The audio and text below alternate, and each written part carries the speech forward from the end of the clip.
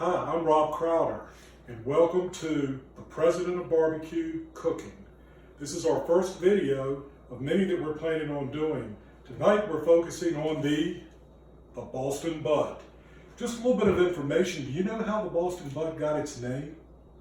Back during colonial times, the only way they could preserve food is to put salt around it. In Boston, they had barrels that they would pack the salted meat in, and those barrels were called butts. Boston butts. That's how the name came about. So, today, I bought my Boston butts from a place in Greer, South Carolina called Vaughn Packaging. These are not grocery store Boston butts. These are the real things. They were cut this morning. You can see the top side of the Boston butt. You can see the bone here. You can see right here, the money muscle. Right here. So this is a Boston butt. This is about 9 pounds. Now, whenever you're starting out first cooking pork shoulders, the first thing you have to learn is fat is good, but you don't want too much fat on your Boston butt. What you want instead is you want no more than about 1/4 of an inch of fat around the meat anywhere. And the reason why you want that is because that fat will render into the meat. So when you're cooking it on your smoker, you're going to cook it upside down. As you can see here, there's obviously a lot more than 1/4 inch. What you need to do is get yourself a very, very sharp knife. This knife probably is mostly used for gutting fish, but it is excellent for doing this. So what you do is, look how easy it goes across. If this knife was not sharp, this would be quite an effort to do this. But you simply just cut the layer of fat till you can see maybe just a thin layer of the meat underneath it. And you constantly do this. Just keep working it down.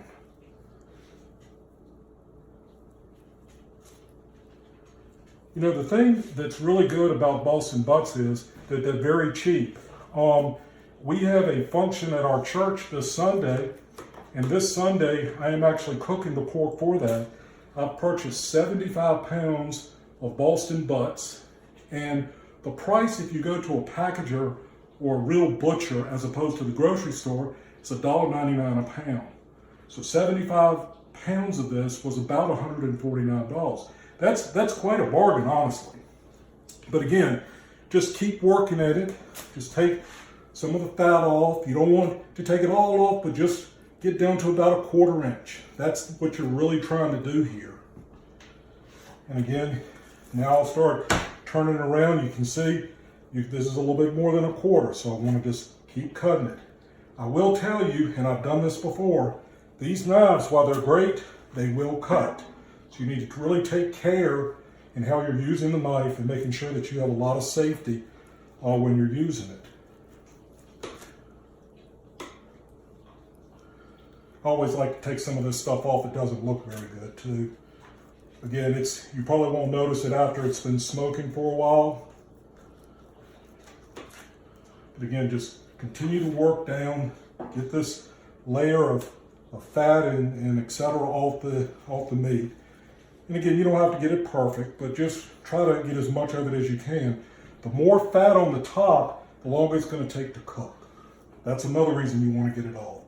Down to the meat, it cooks a lot faster. So this side looks maybe a little bit more here, but otherwise it looks pretty good. So now what I'll do is turn over to the other side. Now this is the top. You'll notice there's always some fat on this. Just want to carve that off. It's up to you if you want to leave that piece of meat there. It's actually a good piece of meat if you're willing to look at it. Again, just cutting away some of the larger pockets of fat. That's what I'm trying to do. You don't have to be precise about it either.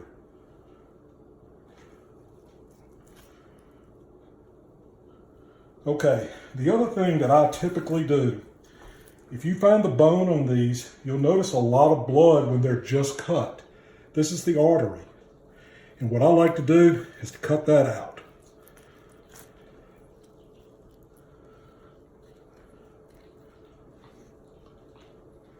Maybe knock this off here. Well, maybe even take that off too. Again, there's not an exact science to this at all. It's just preference and what you would like to see. But I would say this looks pretty good. So we've got a lot of these to do, but I'm going to go ahead and show you the next step in the process. I always do it in these containers to try to keep the mess down so Kelly doesn't jump on me later.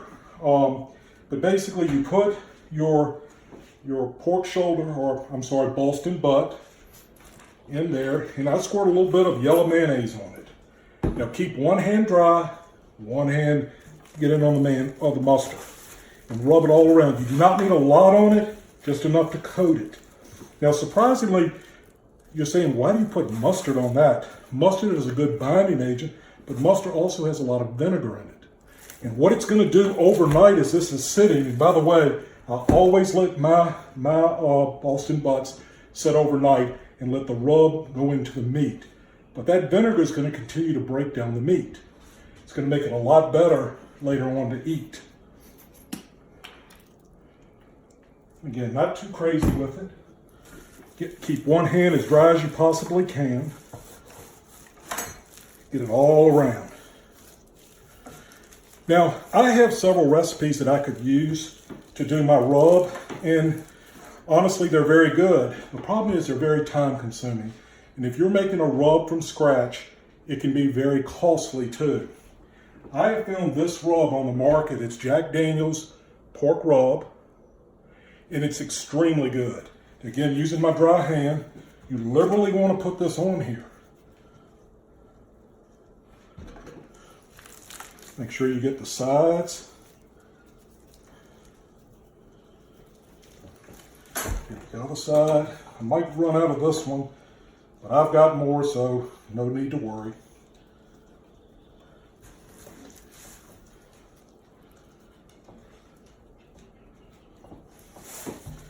Make sure you get this side. So this is really step one of cooking the best presidential Boston butt that you'll ever have in your life. What we're going to do is we're going to wrap this up, we're going to put it in our refrigerator, and tomorrow around 3 o'clock we're going to fire up the smoker.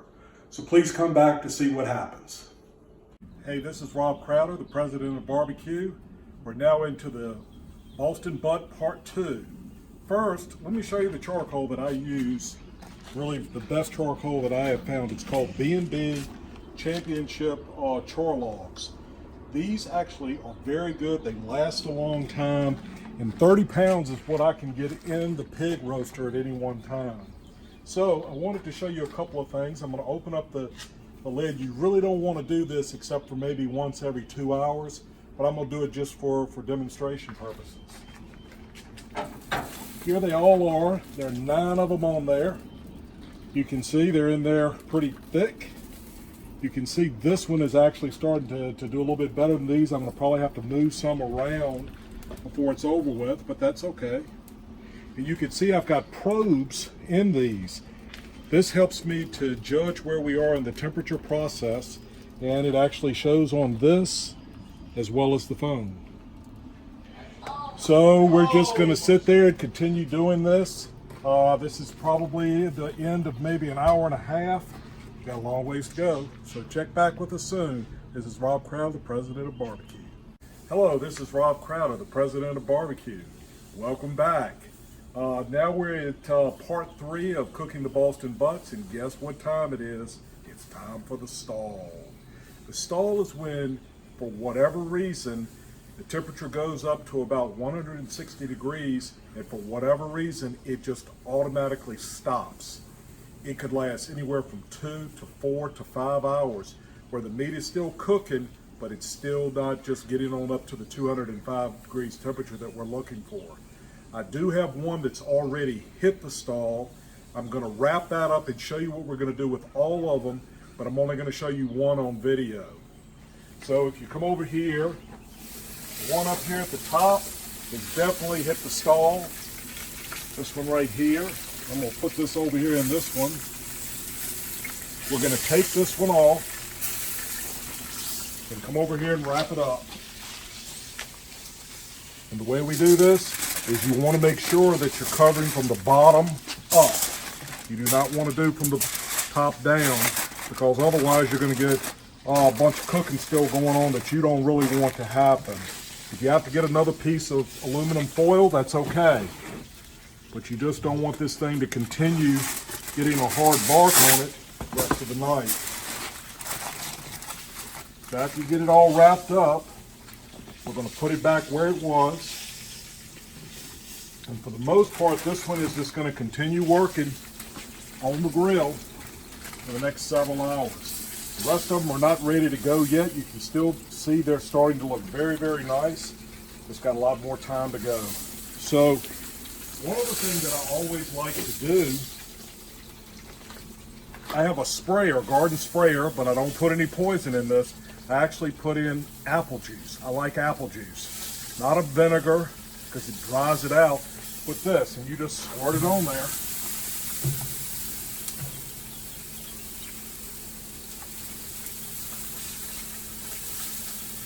And then let's close it back up and let it continue working. The one thing I do wish that we would have in modern technology is smell-o-vision. Because if you could smell what's going on right now, you would want some. Well, this is Rob Crowder, the President of Barbecue, and come back and join us a little later. Hi, this is Rob Crowder, President of Barbecue, and welcome back. This is part 4 of the pork Boston butt cooking that we have been doing over the last about 24 hours. We're finally done. They finished up last night about 12:30. The last one came off at 12:30, and I should point out all the Boston butts were actually different sizes. They were probably as low as 7.5 all the way up to 9.5 pounds. So they came off at different times. So you constantly had to watch the temperatures as they were approaching 205 degrees. The last one, I didn't think would ever finish. It got to 202 and it stuck. Finally, after about another 45 minutes, it finally finished. So come on over here, and I did need to point out one other thing. I don't think I've said this in any of the videos that I've done. There are a lot of different ways or beliefs on what temperature to cook pork. I believe 275 to 300. That's where I cook mine. Some people are very adamant about 225 to 250. Whatever you want to do, if you do that lower temperatures, it's going to take longer, and I don't think it's going to give you that much more tender of a meat. I use 275 to 300. So come on over here. We packed all of them in this cooler. It's an igloo cooler. It's a tower one, but it holds quite a bit. Down at the very bottom, there's a blanket, and man, the heat is coming up, you wouldn't believe it. And then I put one on top, and here you can see, there are the shoulder, or the Boston butts. So I'm just gonna unwrap one of them and let you see what we got here. And that's a Boston butt. You can see the dark coloring, that's your bark. That bone, I guarantee if I pull it, which I'm not gonna do right now, will slide right out of there. So these things are cooked to perfection. Some people believe that cooking Boston butts are a little bit intimidating. They truly are not. They're very easy to cook. You just have to watch them and keep after them the whole time. Have fun doing this, and please come back and see Rob Crowder, the President of Barbecue.